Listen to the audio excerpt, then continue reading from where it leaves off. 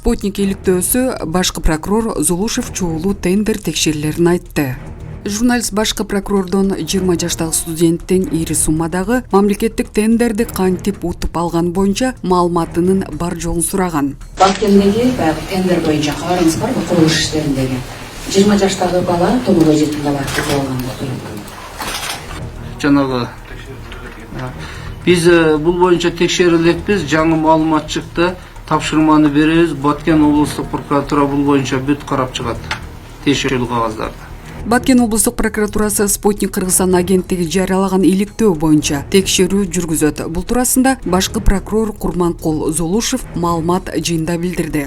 Жыйында журналистандан 20 жаштагы студенттин ири суммадагы мамлекеттик тендерди кантип утуп алганы боюнча маалыматынын бар жогун сураган. Урматтуу Москва шаарындагы мекендештер, Умбем клиникасы төмөнкү кызматтарды сунуштайбыз. Педиатр, гинекология, стоматология, неврология, хирургия, кардиология, лор, УЗИ жана башка. Андан тышкары массаж жана бардык лабораториялык анализдер.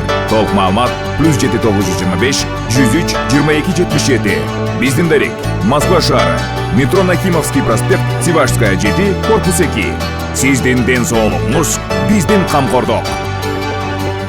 Биз бул боюнча текшерилекпиз, жаңы маалымат чыкты, бирок тапшырма беребиз. Баткен облустук прокуратурасы бул боюнча тиешелүү документтерди бүт карап чыгат, деди Зулушев.